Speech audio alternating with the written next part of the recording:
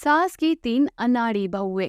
आशा अपने रिश्तेदारों की बात मानकर अपने तीनों बेटों की शादी गांव की लड़की से करवा तो देती है, पर जब आशा अपनी तीनों बहू दिया, दिशा और काव्या के साथ घर आती है तो उसकी तीनों बहुएं अजीब हरकतें करती हैं। अरे माँ जी, ये तो घर कितना बढ़िया है, मिट्टी का तो नामो निशान नहीं है, देखने से तो पक्का घर लग रहा है। बहू, लग नहीं रहा, हमारा घर पक्का ही है। तुम्हें यहाँ मिट्टी के घर नहीं मिलेंगे और ना ही चूल्हे में लकड़ी डालकर खाना बनाना पड़ेगा। इसका मतलब यहाँ पे लाल लाल जो बड़ा सा होता है सिलेंडर, वह इस्तेमाल किया जाता है। अरे हमारी तो चांदी चांदी हो गई ऐसा ससुराल पाकर। अरे जेठानी जी, चांदी सस्ता है, सोना महंगा है, इसलिए हमारा सोना सोना हो गया। अरे दिया, ये तुम कैसी बच्चों जैसी बातें कर रही हो। अरे बेटा, बहू पर भड़क मत, ये तीनों पहली बार शहर आई है, अभी ये तीनों अनाड़ी हैं, इसलिए ये इस तरह की बातें कर रही है, पर समय के साथ सब समझ जाएगी और सीख भी जाएंगी। चलो बहू, मैं तुम्हें अपना पूरा घर दिखाती हूँ और बताती हूँ यहाँ के तौर तरीके किस तरह से क्या होता है। आशा बड़े ही प्यार से अपनी तीनों बहुओं को ले जाती है और पूरा घर दिखाती है, पर उसकी तीनों बहुओं के भेजे में कुछ नहीं गुस्सा और अगले दिन तीनों हाथ में कपड़ा लेकर नहाने के लिए घर में इधर उधर घूमने लगती है।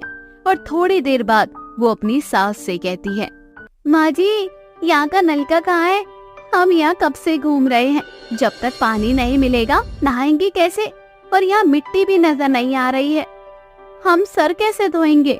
अरे बहू, मैंने कल तुम्हें बताया था ना कि इस नल से पानी नहीं आता और तुम तीनों का अलग अलग तुम्हारे कमरे में ही गुसलखाना है, उसमें जाकर आराम से नहा लो। आशा अपनी तीनों बहुओं को उनके कमरे में ले जाती है और नल चलाकर दिखाती है, जिसके बाद आशा की तीनों बहुएं बाथरूम में आराम से नहाती है और कुछ देर बाद वो तीनों नहाकर निकल जाती है। पर आशा की सबसे छोटी बहू काव्या अपनी साड़ी लेकर अपनी सास के पास जाती है और नहाने के बाद अपनी सास से कहती है, माँ जी, यहाँ की कैसी मिट्टी है, सर में खुजली हो रही है। एक तो इतनी मुश्किल से ही छत पर जाकर खाली गमले में मुझे मिट्टी मिली और इस मिट्टी से लग रहा है कि मेरा सर भी साफ नहीं हुआ है। बहू, तुझे मिट्टी से सर धोने की क्या जरूरत थी? तुम्हारे बाथरूम में शैम्पू, साबुन, तौलिया, पानी सब कुछ रखा है, फिर क्यों ऐसी हरकतें कर रही हो? अरे तुम्हें यहाँ आए पूरा 1 दिन हो गया है और मैंने समझा दिया है, अब तीनों तुम अनाड़ी तो रहे ही नहीं। माँ जी, आप काव्या का गुस्सा हम पर क्यों निकाल रही हैं? हम दोनों तो बाथरूम में ही नहाए हैं और बाथरूम में जो सामान रखा था उसी का इस्तेमाल किया है हमने, साबुन का इस्तेमाल किया है, काव्या की तरह नहीं मिट्टी का, इसलिए अब हम अनाड़ी नहीं है। क्या साबुन? हे भगवान, मेरे कर्म फूट गए ऐसी बहू पाकर। बहू, तुम्हारी आंखें फूट गई थी क्या? तुम्हें शैम्पू नजर नहीं आया? अरे गांव में कोई शैम्पू यूज नहीं करता क्या?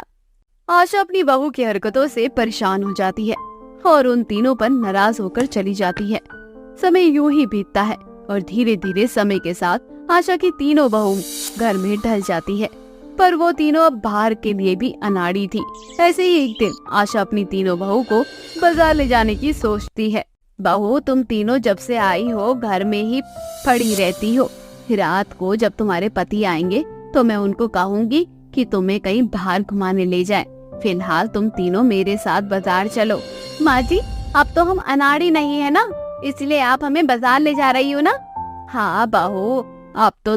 आशा की तीनों बहुएं जबरदस्ती अपनी सास के हाथ से सब्जी का थैला ले लेती है और खुद अकेली बाजार चली जाती है, पर वे तीनों अनाड़ी थी।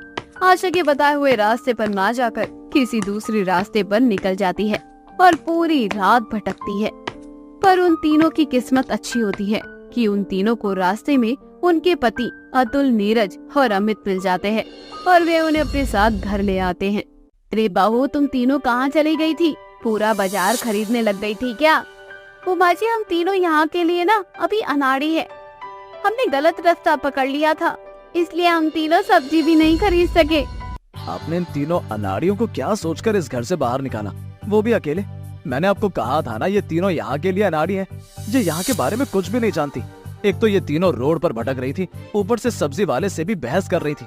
वो तो भगवान का शुक्र अदा करो जो हम तीनों ने इन तीनों को देख लिया। माँ इन तीनों को घर से कहीं मत जाने दिया करो जब तक इन तीनों के भेजे में भेजा ना आ जाए।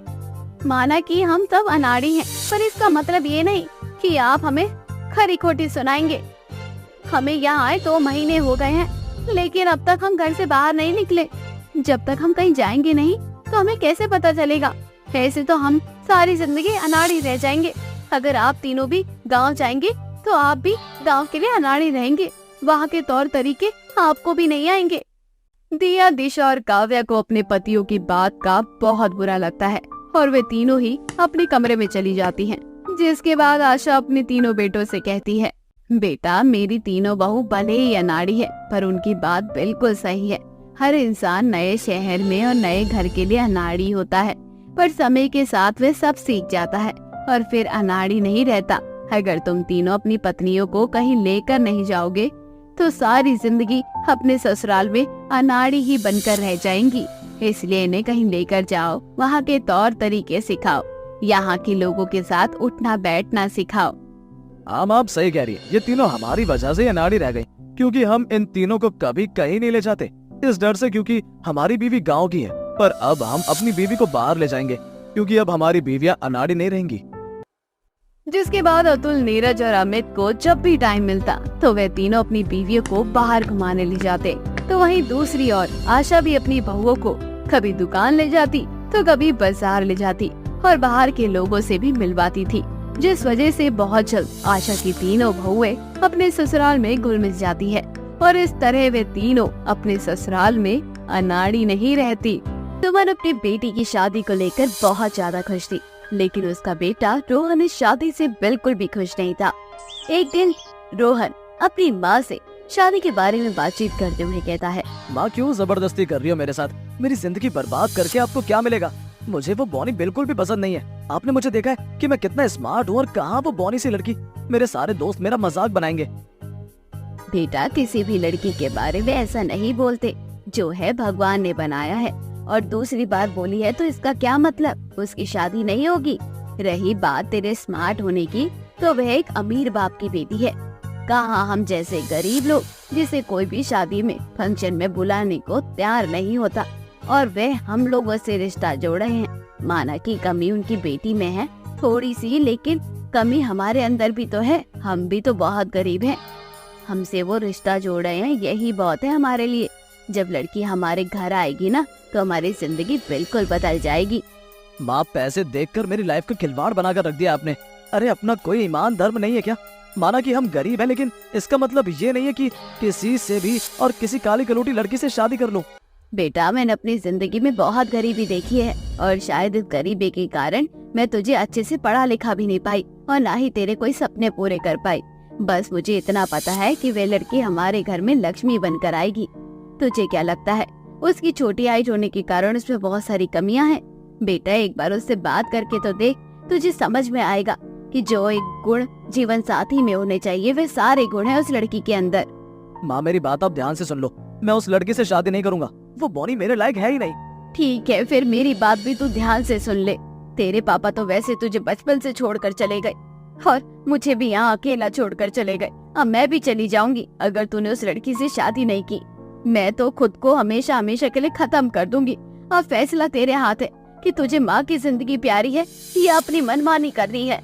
रोहन भी अपनी जिद पर अड़ा हुआ था, तो वही सुमन भी किसी भी हाल में अपने बेटे की शादी जबरदस्ती काजल के साथ करवाना चाहती थी। काजल दिखने में बहुत ही सुंदर थी, काफी पढ़ी लिखी थी, अपने माँ बाप की इकलौती संतान थी। काजल के पास दौलत और शोहरत, किसी चीज की कोई कमी नहीं थी। भगवान ने उसे जरूरत से ज्यादा छोटी हाइट वाली लड़की बना दिया था, जिस वजह से हर कोई उसे शादी के लिए मना कर रहा था। सुमन और रोहन काफी गरीब थे। गरीबी के कारण सुमन काजल को अपनी बहू बनाने के लिए तैयार हो जाती है। ऐसे ही एक दिन सुमन काजल की माँ सविता को कॉल करती है और कहती है, अरे सविता बहन जी, मैं क्या कह रही थी कि शादी का दिन अब नजदीक आ रहा है, तो क्यों ना एक बार पंडित से मिलकर शादी ब्याह में जो छोटी मोटी रस्में हैं उसके लिए बढ़िया सा टाइम निकलवा लेते हैं, जैसे मेहंदी लगाने का टाइम और हल्दी का टाइम। हाँ हाँ बहन जी, क्यों नहीं। आप मुझे कल शाम को वैष्णो देवी मंदिर पर मिल जाना। वहाँ हमारे बहुत जाने माने पुराने पंडित हैं। एक बार उनसे इस बारे में बातचीत कर लेंगे। वे हमें बता देंगे कि हल्दी कितने बजे तक लग जानी चाहिए काजल को। हाँ हाँ, क्यों नहीं, मैं कल आपको मंदिर ही मिलती हूँ। बहन जी, आपसे एक बात पूछनी है। अब शादी का भी तक नजदीक आ चुका है, लेकिन अभी तक रोहन बेटा काजल से बातचीत नहीं करता। मेरा मतलब है, आजकल तो हर लड़की लड़का चाहे लव मैरिज हो चाहे अरेंज हो, पहले से एक दूसरे से बातचीत करना शुरू कर देते हैं। अब बातचीत नहीं होगी तो ये दोनों एक दूसरे को जानेंगे कैसे? कहीं ऐसा तो नहीं कि रोहन इस शादी से खुश नहीं है? मेरा मतलब है कि आपको तो पता है ना मेरी बेटी में क्या कमी है। खबरदार बहन जी, दोबारा ये मत बोलना कि मेरी बहू में कोई कमी है। मेरी बहू में कोई कमी नहीं है। और रही बात रोहन की, वह शादी से खुश है या नहीं है, मैं आपको बता दूं, मेरा बेटा बहुत शर्मीला है। मैं उसे खुद बोलती हूँ कि बात कर ले, लेकिन वह शर्मा के भाग जाता है।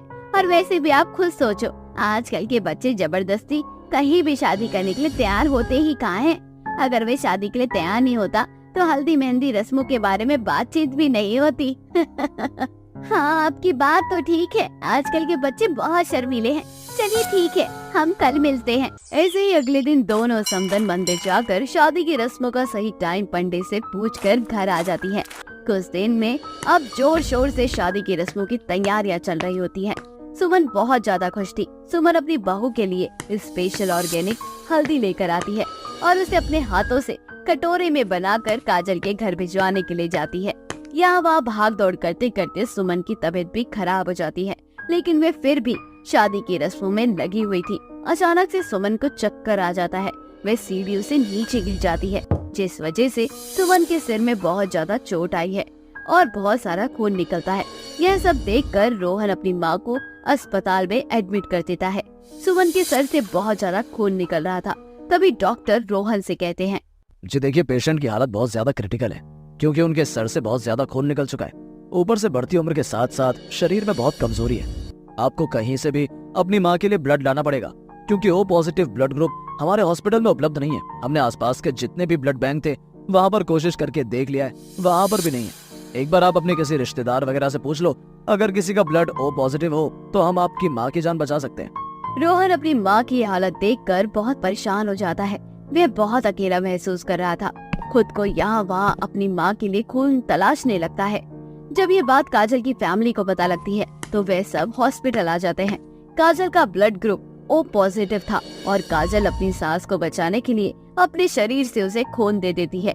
थोड़ी देर में सुमन को होश आ जाता है। सुमन अपनी बहू से बहुत खुश होती है। कहीं न कहीं रोहन को भी बहुत शर्मिंदगी महसूस होती है कि उसने काजल के बारे में बहुत बुरा भला कहा। तभी काजल अपनी सास से कहती है, माँ जी, आपको बिल्कुल भी चिंता करने की जरूरत नहीं है। जब तक मैं आपके साथ हूँ ना, आपको कुछ नहीं होगा। बहुत खुशकिस्मत हूँ मैं जो ऐसी बेटी मिली है। लेकिन मुझे माफ करना काजल बेटा, मेरी वजह से तेरी हल्दी की रस्म खराब हो गई है, वरना आज तेरी हल्दी पूरी हो जाती। हल्दी तो वैसे भी पूरी हो जाएगी माँ जी। ये देखो, मैं हल्दी लेकर आई हूँ। आप सबसे पहले अपने हाथों से मुझे हल्दी लगा दीजिए। तभी वहाँ रोहन आता है और रोहन अपनी माँ से कहता है, हाँ माँ, लगा दो अपनी होने वाली बहू को अपने हाथों से हल्दी, क्योंकि शादी तो हमारी होकर ही रहेगी। रोहन के मुंह से ये सुनकर सुमन और खुश हो जाती है और वे अपने हाथों से काजल को हल्दी लगाती है। 2 दिन बाद डॉक्टर सुमन को घर भेज देते हैं। बहुत ही कम रिश्तेदारों के साथ रोहन और काजल की शादी हो जाती है और रोहन भी काजल को स्वीकार कर लेता है।